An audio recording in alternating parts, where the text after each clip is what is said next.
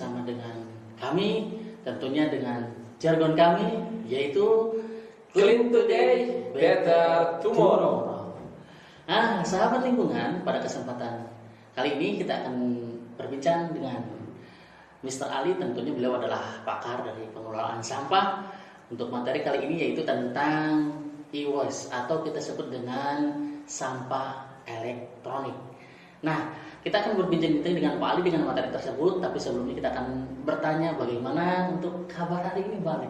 Alhamdulillah selalu baik, sehat tentunya Pak Irfan, dan kita harus tetap semangat juga ya. Nah, tetap semangat tentunya untuk menjaga lingkungan kita ya. Oke, dengan e-waste atau yang disebut dengan sampah elektronik, kita akan tanyakan dengan Pak Ali, apa itu sih yang disebut dengan sampah elektronik atau e-waste? Iya. Oke, terima kasih Pak Irfan dan sobat lingkungan dimanapun berada. E-waste atau sampah elektronik sebenarnya ini bukan merupakan sampah yang jarang ditemukan ya. Ini merupakan sampah yang sekarang, apalagi zaman modern zaman sekarang gitu ya, ini sangat banyak sekali gitu. Artinya sampah-sampah yang dihasilkan dari barang-barang elektronik yang sudah tidak terpakai lagi itu adalah sampah elektronik atau dikenal dengan istilah e-waste gitu, seperti itu. Nah, jenis-jenis sampah ini tidak bisa dibiarkan menumpuk, tidak bisa dibuang sembarangan saja, karena memang tentunya bisa berdampak gitu ya bagi lingkungan. Dan untuk sampah-sampah elektronik ini di zaman sekarang sangat banyak, dan ini sebenarnya berpotensi untuk menjadi sampah-sampah yang bisa menimbulkan gangguan lingkungan gitu ya Pak ya, kalau tidak dikelola dengan optimal ataupun dengan baik seperti itu. Itu e-waste ataupun sampah elektronik. Nah, itu tadi Pak Ali juga menyebutkan bahwasannya e-waste itu memang jenisnya banyak ya, tentunya dari elektronik kita gitu ya. Nggak mungkin kita punya elektronik kemudian yang rusak kemudian ditampung di rumah sehingga menumpuk ya, itu kan tetap menjadi sampah. Tetap menjadi sampah. Nah, itu coba Pak Ali mungkin bisa memberikan, kok bisa ya elektronik itu jadi sampah? Contohnya seperti apa?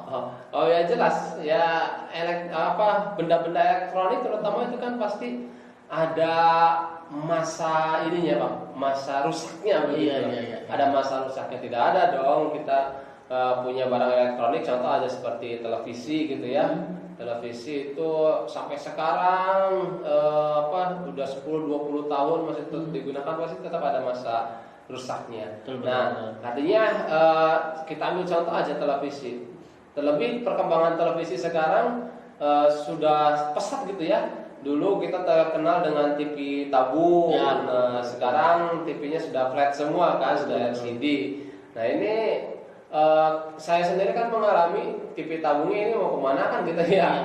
Nah, karena sudah diganti semua, ditambah dengan TV tabungnya sudah pada rusak. Nah, artinya ini sisa TV ini yang sudah tidak digunakan lagi menjadi sampah gitu.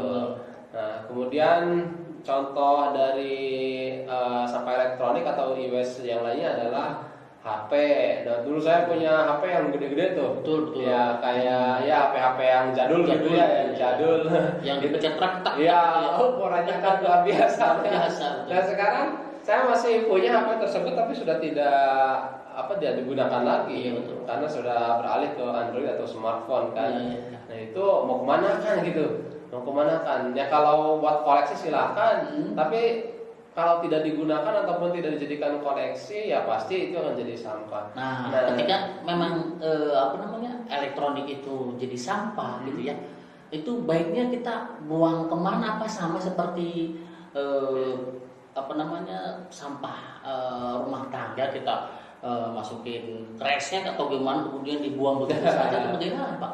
Ya, sebenarnya alangkah baiknya sampah-sampah elektronik ini kalau memang sudah tidak terpakai gitu ya, ataupun memang benar-benar tidak bisa kita manfaatkan kembali, lebih baik kita jual aja ke pengepul gitu lah. Oh, dijual. Ya, kalaupun ada yang masih jual dengan harga pasaran ataupun harga tinggi, ya itu lebih baik gitu. Tapi kalau memang sudah tidak ada lagi, ya kita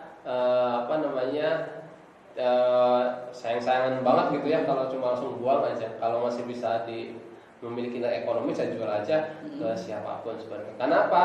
Sebenarnya di sini intinya karena dalam contoh dalam sampah elektronik gitu ya.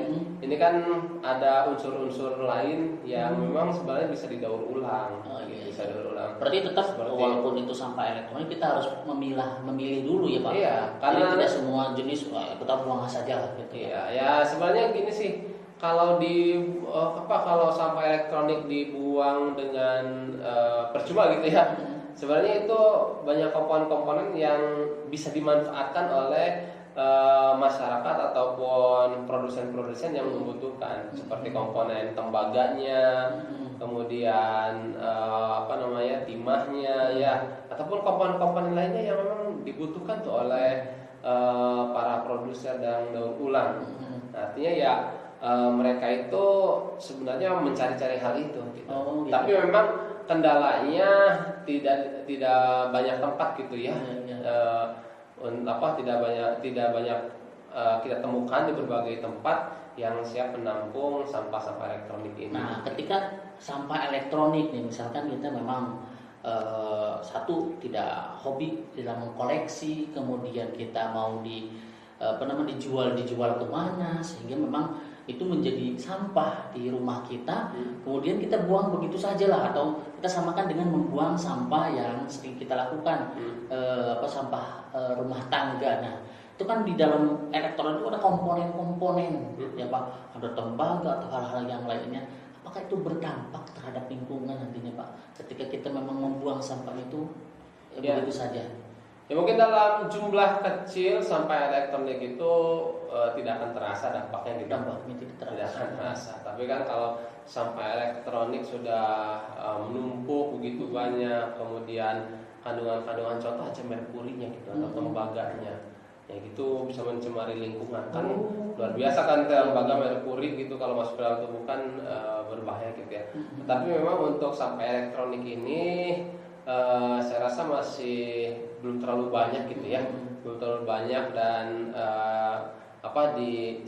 di banyak juga yang memulung gitu rasanya. Ya karena apa tadi komponen-komponennya banyak yang masih bisa digunakan gitu ya. Mungkin bukan oleh kita yang tidak bergerak di dalam produksi elektronik, tetapi untuk pelaku-pelaku usaha produsen elektronik itu sangat berharga gitu, sangat berharga. Gitu Pak. Jadi itu tadi sekilas sahabat lingkungan dampak daripada sampah elektronik ya.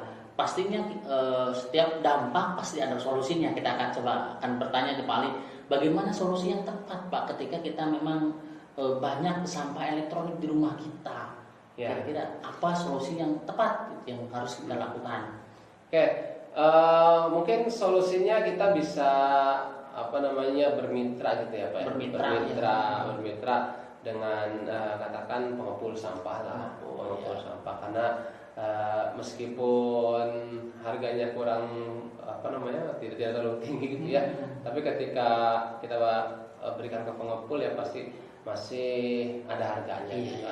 Kenapa? Dan kemudian nanti kan pengepul juga pasti akan memilah Pak, memilah mana yang bagian yang masih dimanfaatkan, kemudian mana yang tidak bisa dimanfaatkan, mereka yang lebih paham untuk memilahnya.